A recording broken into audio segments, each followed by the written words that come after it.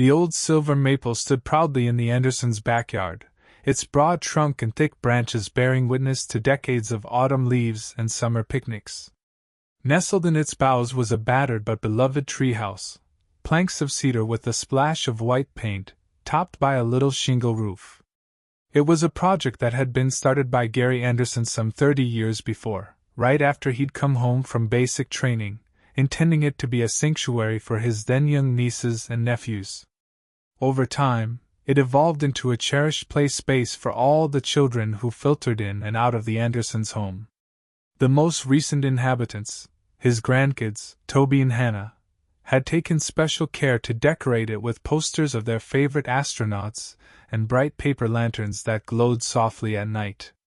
Their neighborhood of Riverside Glen was an unassuming American suburb, established in the early 1970s with neat sidewalks and the occasional lamppost that flickered after dusk. Many residents had lived there for decades. They remembered the days of potluck dinners, Christmas caroling from yard to yard, and neighbors gathering on front porches with pitchers of lemonade. But times changed, and some claimed that new ordinances, new neighbors, and a stricter homeowners association, HOA, had chipped away at that sense of easy camaraderie. The treehouse had been there longer than the HOA's more restrictive regulations, but an overzealous enforcement official named Karen Whitfield had begun to target small infractions. Somewhere along the way, the board had allowed Karen, with her meticulously combed silver hair and notebook forever tucked under her arm, to assume the power to enforce guidelines many of the neighbors never even knew existed. On a Monday afternoon, while Gary was out back tinkering with the hinges of the treehouse door, Karen arrived unannounced. "Mr. Anderson," she said, her voice clipped. A practiced, polite smile that never quite met her eyes remained on her face. "I'm here to talk to you about your structure." She pointed with the tip of her pen at the treehouse. In an instant, a chill seemed to settle around them despite the gentle warmth of the midday sun. "We've received complaints that this building is out of compliance with HOA regulations." Gary straightened, wiped his hands on his jeans, and looked at Karen wearily. "It's been here a lot longer than most of us, Ms. Whitfield," he said, striving for a polite tone. "The kids enjoy it, it's not hurting anybody. Be that as it may, we have set guidelines regarding alterations to property," she interjected. Flipping open her notepad, she ran a finger along bullet points. "Exterior structures, including sheds, fences, and other additions, must have prior approval. This includes treehouses, especially if they're visible from neighboring lots." The mention of neighbor complaints stung, though Gary wouldn't let it show. He knew well enough that many neighbors adored the Andersons' backyard. For half a century, Riverside Glen's children had used that maple tree for hide-and-seek, reading comics in the shade, and escaping the summer heat. Still, the notion that someone would complain now, decades after it was built, irritated him. "What exactly is the penalty here?" he asked, crossing his arms. "A fine?" Karen adjusted her reading glasses, a theatrical gesture that gave her a moment to adopt the tone of someone bestowing a benevolent gift. "The HOA board believes in cooperation, Mr. Anderson," she said in her carefully measured voice. "For now, I'm only here to warn you. You must dismantle the structure or bring it into compliance. That means seeking formal approval. But given the size and age, my recommendation would be complete removal. I'd be happy to give you the necessary forms." Gary wanted to retort, but he could sense that no logical argument would sway her. Instead, he asked her for the forms, stuck them in his back pocket, and walked back to the treehouse steps, his mind full of frustration.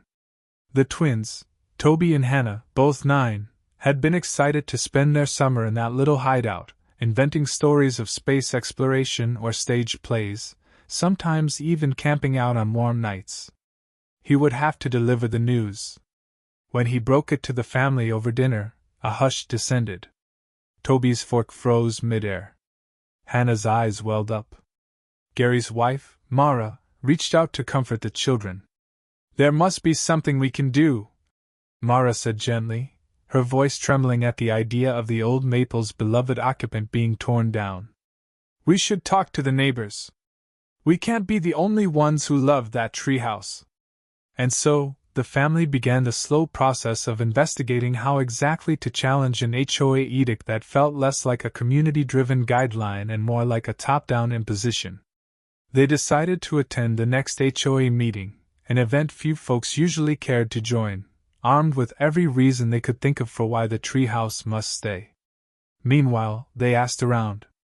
Over cups of coffee or short chats by the mailbox, they discovered that many neighbors shared their concern. Some had stories of their own children laughing the days away in that rickety wooden box perched on sturdy branches. Others reminisced about being invited up there themselves as kids, having secret societies, with coded knock patterns on the trapdoor. Surprisingly, a handful feared further retribution from Karen. "She's been going after gardens that don't follow color code," one man whispered. Another neighbor, trying to keep her voice low, said, "She keeps a binder for every family." A sense of resolve spread through the Anderson household. They realized that if they fought this alone, Karen could crush their efforts with stifling regulations. But with the community's support, they might stand a chance to preserve a piece of local history, one that was more than just wooden planks hammered together, but a living tapestry of memories. Gary, once a quiet fixture in the neighborhood, became determined to speak up. Even so, a sliver of doubt remained. Would the community rally behind them, or had fear of the HOA's wrath taken root too deeply? As a new Tuesday dawned, the Anderson family had no idea how complicated and revealing this battle would become, not just for them, but for Riverside Glen as a whole. The day of the HOA meeting arrived. Gary, Mara, and the kids walked the 2 blocks to the Riverside Glen Community Center. Hannah held a small poster she'd made, a drawing of the treehouse with speech bubbles from imaginary children saying, "Please let us stay." Toby had memorized a few lines about why the treehouse was a safe play space for neighborhood kids. Mara carried a file of old Polaroids documenting the treehouse through the years. In some, there were teenagers in bell-bottom jeans perched on the wooden railings. In others, a younger Gary stood in the branches, hammer in hand, sporting sideburns. They were ready with evidence that this was no ordinary structure but a cherished piece of local history. Upon entering the community center's large hall, they noticed an unusual turnout. Typically, HOA meetings drew maybe a dozen residents, but that night over 30 people sat in folding chairs. A hush fell when Karen Whitfield marched to the front with her clipboard, tapping a microphone stand to test its readiness. Her posture was rigid, her expression businesslike. Seated next to her were 2 other members of the HOA board, Mr. Peterson and Ms. Alvarez, who looked vaguely uncomfortable as they shuffled through documents. Karen began with a roll call and reading of minutes from the previous meeting, something about mailbox standardization. Then came the main event. "The next order of business concerns an unauthorized structure," she announced, giving a pointed glance at Gary. "As some of you know, we've had multiple complaints regarding the Anderson treehouse. Now, I'll open the floor to Mr. Anderson, who's requested to address the board." Gary approached the microphone with a humility that belied his frustration. He was not a man of fiery speeches, but decades in the Air Force had given him a certain composure. "Thank you," he said, clearing his throat. "I stand here tonight to discuss something that has been a part of our neighborhood for longer than many of us have lived here. My father planted the maple tree in the late 40s. Over the years, this treehouse has provided happiness to children, my own included, and it's never caused harm." At this, he invited Mara up. She displayed the photographs, carefully holding them so the entire board and the small crowd could see. People murmured quietly as they recognized parents, grandparents, and neighbors in those faded pictures. Moments later, Hannah stepped up on her tiptoes to peer over the podium, reciting her little speech about how the treehouse was her favorite place in the whole world. The audience tittered affectionately, a swirl of nostalgia filling the room. but Karen maintained her unflinching expression. The moment Hannah finished, Karen's clipped tone cut in. "Thank you, child. We appreciate your perspective." Turning back to the crowd, she continued in a voice carefully devoid of emotion. "Nevertheless, the bylaws clearly state that all exterior structures must be approved by the HOA Architectural Committee. The Andersons' treehouse predates this bylaw, but it's still visible from neighbors' yards, which leads to aesthetic and liability concerns. Moreover, we did receive formal complaints, one from Ms. Humphreys regarding the treehouse blocking her view, and another from Mr. Daniels who fears children could injure themselves, leading to lawsuits." An uneasy rustle went through the audience. The mention of lawsuits and the specter of rising insurance premiums often made neighbors anxious. Yet many faces still looked sympathetic. One elderly man, Mr. Leland, rose and spoke out of turn. "It's a treehouse, for Pete's sake," he said, a mixture of disbelief and exasperation in his voice. "We've had kids playing in it for generations. My own grandchildren visited from Idaho and still talk about that place." Karen tapped the microphone, shooting him a warning look. "Please wait until you are recognized," she said. He shook his head but sat down, lips pressed together in silent protest. A few more people stood to share their positive memories or to question why the HOA was spending so much effort policing something seemingly benign. Then Ms. Humphreys, a newly arrived resident in her 60s with a meticulously kept front lawn, piped up. "I'm sorry, but I bought into Riverside Glen for the peace, the uniform look, the curated environment. I didn't come here to watch children hollering from a treehouse in the afternoons." Her voice carried a note of irritation. "And let's not forget property values. An old eyesore like that might scare off buyers." In the background, Toby's brow furrowed. He reached for Hannah's hand, both of them confused by the sudden hostility. Gary clenched his jaw, but Mara gave his arm a supportive squeeze. Before he could respond, Karen stepped in. "We do not allow personal debates in these proceedings. The board will now deliberate the matter privately and inform Mr. Anderson of our decision in writing." She signaled that the discussion was effectively over, ignoring the cluster of raised hands. With efficient formality, she adjourned the meeting. A wave of murmuring swept through the assembled neighbors. Some lingered to offer Gary and Mara whispered support. Others quickly exited, looking uneasy. Ms. Humphreys and Mr. Daniels seemed to avoid eye contact as they rushed out. That evening, the Andersons walked home under a blanket of warm stars. Toby kicked at a stray pebble, and Hannah sniffled softly. Gary ruffled the children's hair, trying his best to reassure them. "We'll figure this out," he said, though a part of him felt uncertain. Over the next week, the board delivered a formal notice. The treehouse was to be dismantled within 30 days. There was a token mention of the possibility of compliance, but a thick list of demands: engineering inspections, architectural approval, liability waivers, made it financially unfeasible. Karen included a note at the bottom in careful script that read, "Removal would be the most prudent course of action." When the letter arrived, the family felt a heavy weight in their hearts. It was all well and good for neighbors to voice moral support. But if no one stepped forward with a concrete plan or if the board remained unmoved, they'd be forced to pull down a cherished piece of their heritage. The children were inconsolable that day, and Mara had to take Toby and Hannah out for ice cream just to distract them from the sobering reality. Meanwhile, Gary found himself at a crossroads. Should he organize a petition, try to override the HOA's decision? Should he attempt to meet privately with Karen or her allies to negotiate? He needed something bigger, something that would kindle a sense of collective responsibility in Riverside Glen. What if he challenged not just the rule about the treehouse, but the climate of fear that had seeped into the neighborhood? That was how Gary ended up making a series of phone calls and visits, politely but firmly inviting neighbors for a backyard treehouse day. He framed it as a casual gathering to celebrate a neighborhood icon, a place for folks to come by, enjoy refreshments, and share old stories.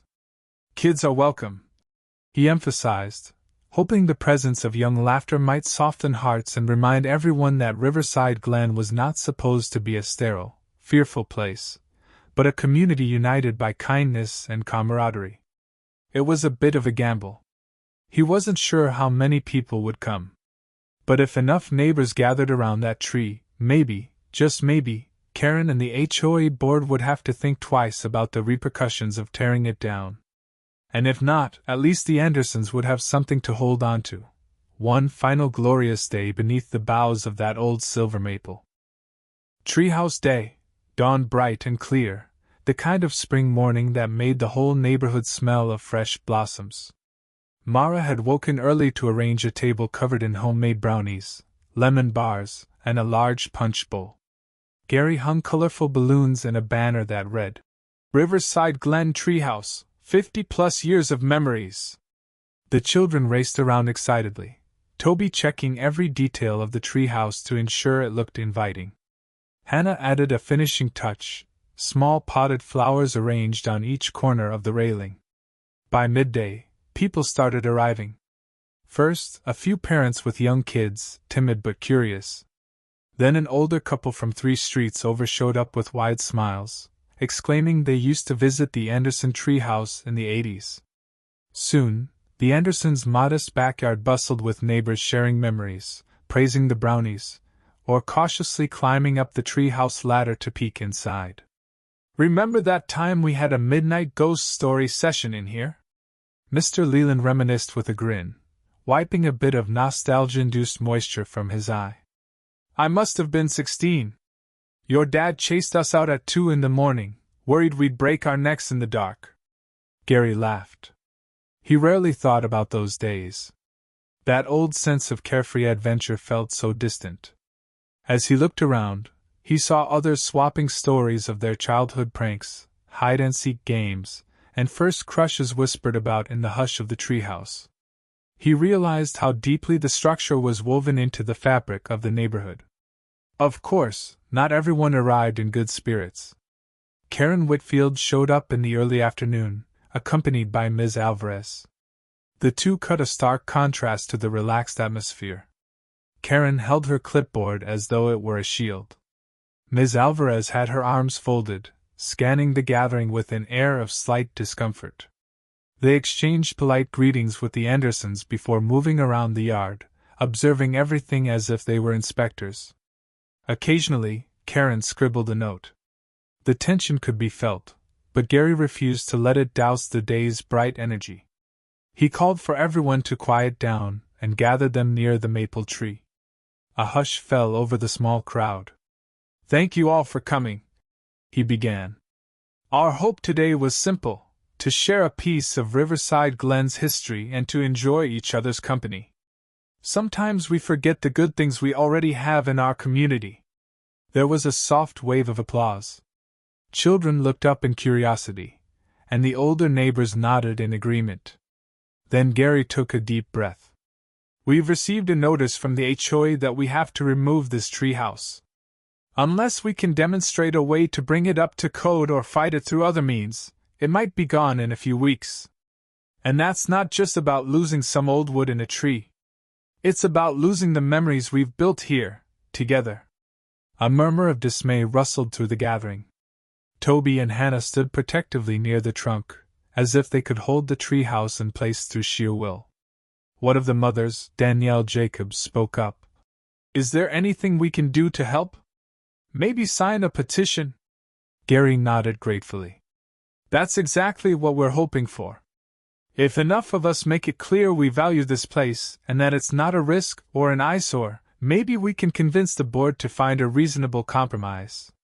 He handed out sheets of paper labeled, "Support our treehouse," with a space for signatures and short statements. Neighbors lined up, some penning heartfelt notes about the significance of the structure. Meanwhile, Karen and Ms. Alvarez stepped closer. Karen's eyes flickered over the signing crowd. She cleared her throat and addressed them in a voice that tried to be conciliatory but carried a note of finality. "I understand the emotional connection here," she said. "But the HOA has a mandate to maintain standards. It's not about stifling joy. It's about keeping Riverside Glen consistent and safe. I appreciate your sentiments, but sometimes changes are necessary to protect property values and prevent potential liabilities. Actually, Ms. Alvarez interjected, fiddling with a stack of documents. We've been talking about ways to compromise, but so many logistical concerns remain. Insurance is the biggest. If a child is injured, a gentle voice interrupted. It was Jim Cromwell, an attorney who'd lived around the corner for over 20 years. I'm happy to look into any legal concerns pro bono, he said, pushing his glasses up the bridge of his nose. Sometimes we can add a simple liability waiver or an umbrella policy that would protect both the homeowners and the HOA. There might be a straightforward solution if we're all willing. Karen tilted her head, lips pursed. She didn't immediately dismiss the idea, but she didn't embrace it either. Instead, she made another note on her clipboard and said, "We'll consider it. But no promises." The day continued in a convivial atmosphere, though a subtle tension hung in the air whenever Karen was nearby. Finally, around late afternoon, Karen and Ms. Alvarez left, and the tone shifted from polite caution to unrestrained camaraderie. Folks shared childhood anecdotes, engaged in gentle teasing about how high school sweethearts used to hide up in the branches, and even sang a few tunes to the strum of a neighbor's guitar. Gary, standing in the shade with Mara by his side, felt a renewed sense of optimism. He watched as Toby and Hannah guided a few younger kids up into the treehouse, carefully explaining safety rules. The railing was sturdy, the floor well maintained, he made sure of that. As dusk approached, the balloons fluttered in a breeze that rustled the maple leaves. Paper lanterns, which the kids had strung earlier, began to glow softly. The scene was magical, casting gentle, flickering light across the yard, reminiscent of a simpler time before so many layers of regulations formed a barrier between neighbors.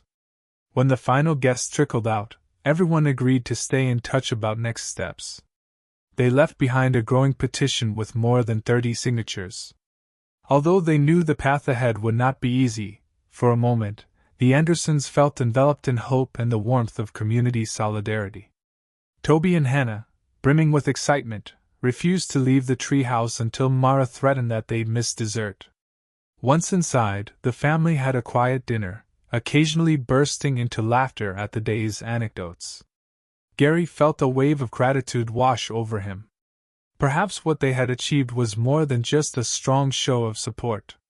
Perhaps they had sparked something in Riverside Glen that was bigger than one old treehouse, a reminder that neighbors could stand together, bridging generational and cultural gaps. Yet, as Gary cleared the dishes, his mind wandered to Karen. She had witnessed the love and unity that the treehouse sparked, but her expressions throughout the day were guarded. He wondered if her staunch adherence to rules came from a place of past hurt or disappointment. It was easier to hate her for trying to take away something precious, but a small part of him felt a pang of curiosity and pity. People weren't born overzealous, after all. Those thoughts lingered late into the night as he stared at the ceiling, listening to crickets chirping in the backyard. The final glow of the lanterns illuminated the treehouse in a gentle silhouette. The fight was on, and there was no guarantee of victory. But for the first time in a long while, Gary felt alive with purpose, determined to defend not only a structure, but a living symbol of Riverside Glen's shared story. In the weeks that followed, the petitions continued to circulate. At local diners, grocery checkout lines, and even the church bulletin board, people passed along the "Save the Treehouse" sheet. Stories spread far beyond Riverside Glen, traveling by word of mouth to the next town over, where a local reporter caught wind. Soon enough, a short piece appeared in the regional paper. "Battle over beloved neighborhood treehouse sparks debate on community values." The Andersons found themselves fielding phone calls from acquaintances and strangers alike, some offering advice, others simply expressing support. Meanwhile, Gary met with Jim Cromwell and hammered out a preliminary liability agreement that would protect the HOA from lawsuits specifically related to treehouse use. Jim explained that while the agreement wasn't bulletproof, it showed good faith and would be a major step toward addressing legal concerns. He even offered to work with the HOA's insurance provider, a gesture that felt momentous given Riverside Glen's typical red tape. Encouraged by their progress, Gary scheduled a meeting with Karen. On a mild Thursday afternoon, they met at her tidy brick ranch house, a stark setting with symmetrical shrubs out front and no sign of personal flair. She invited him to a small, neatly kept living room. Gary perched on the edge of her chintz sofa, feeling an odd combination of nerves and resolve. Karen stood near a mahogany bookshelf, her arms folded. "I hope you understand that none of this is personal," she began, but her tone was uncertain, as if part of her realized she might be losing the moral high ground. Gary nodded. "I get that you're doing your job. And I know some neighbors appreciate the uniformity the HOA aims to preserve." He spoke slowly, carefully. "But I wanted you to see this." He placed the proposed liability document on her coffee table, explaining the legal coverage it offered. Then he pulled out a copy of the petition, thick with signatures from Riverside Glen residents. "I'd like for you to consider that this treehouse isn't just a random structure, but something deeply meaningful for many of us." She skimmed the pages, a flicker of something passing over her face, an emotion that might have been surprise or even a hint of wistfulness.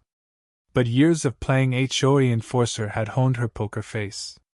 She set the papers down and took a measured breath. "If I relent here, do you realize the precedent it sets? I'll get calls from everyone wanting an exception. People wanting to install giant lawn ornaments or eccentric yard features. It can unravel in a hurry." Gary tilted his head.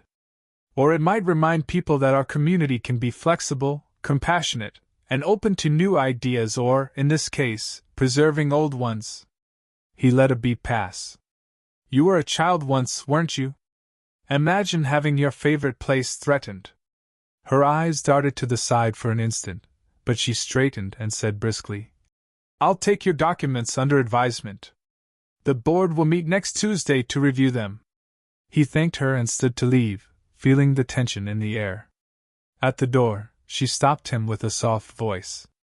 "I used to have a tree swing growing up," she admitted, almost begrudgingly. "My father cut it down one year. He said it was time to move on, that swings were childish. Maybe that's just the way life works sometimes." Her words hung there, and Gary chose them as an opening for empathy rather than a moment to push harder. "Sometimes, yes," he replied quietly. "But sometimes we can hold on to the things that remind us who we are." She said nothing further, just offered a polite nod. Gary walked away, hoping that somewhere beneath her firm exterior, a compassionate kernel might blossom. Tuesday arrived, and the HOA board convened. A wave of curiosity spread through the neighborhood. Folks found reasons to stay near their phones or refresh email inboxes, waiting for any sign of the decision.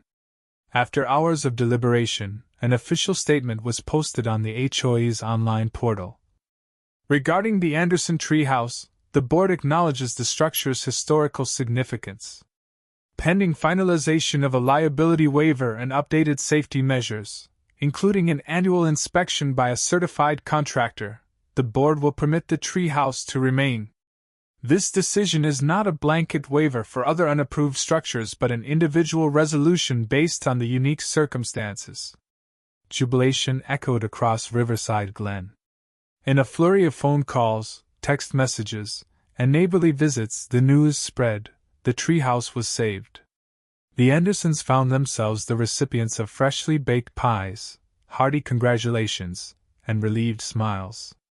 Toby and Hannah nearly danced themselves silly that afternoon, squealing with delight at the prospect of more summers spent in their cherished retreat. A week later, Gary arranged for a local handyman to give the treehouse a thorough safety check. He replaced a couple of old support beams, tightened the railings, and verified the stability of the ladder. Mara made new seat cushions from bright patterned fabric so kids could read comfortably.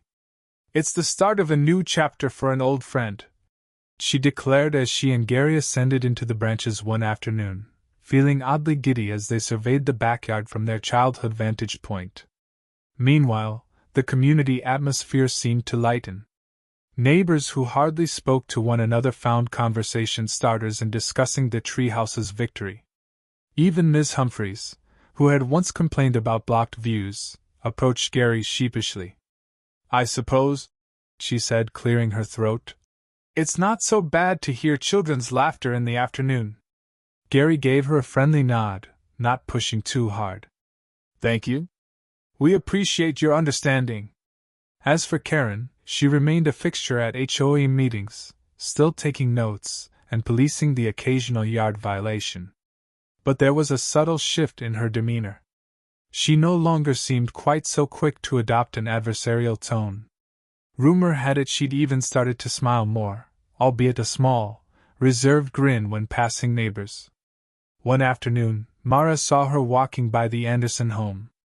Karen paused briefly at the sidewalk, looking up at the old treehouse. She saw Toby and Hannah inside, drawing pictures of passing clouds. For a moment, Karen raised a hand in what might have been a greeting. Then she continued on her way, her clipboard tucked under her arm. In the end, the silver maple never lost its occupant. Instead, its branches continued to cradle the well-loved boards and railings, providing a safe haven for imaginations to run wild. And in the bigger picture, Riverside Glen gained something intangible yet invaluable. A reminder that a community is not just a place with manicured lawns and matching mailboxes.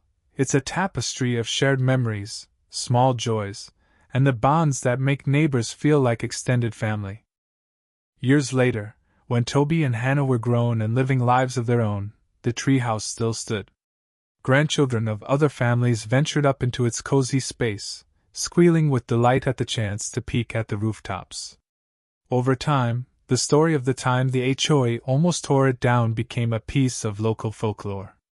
People recalled how the neighborhood came together to defend a silly old structure, and in doing so, defended a priceless piece of their shared identity.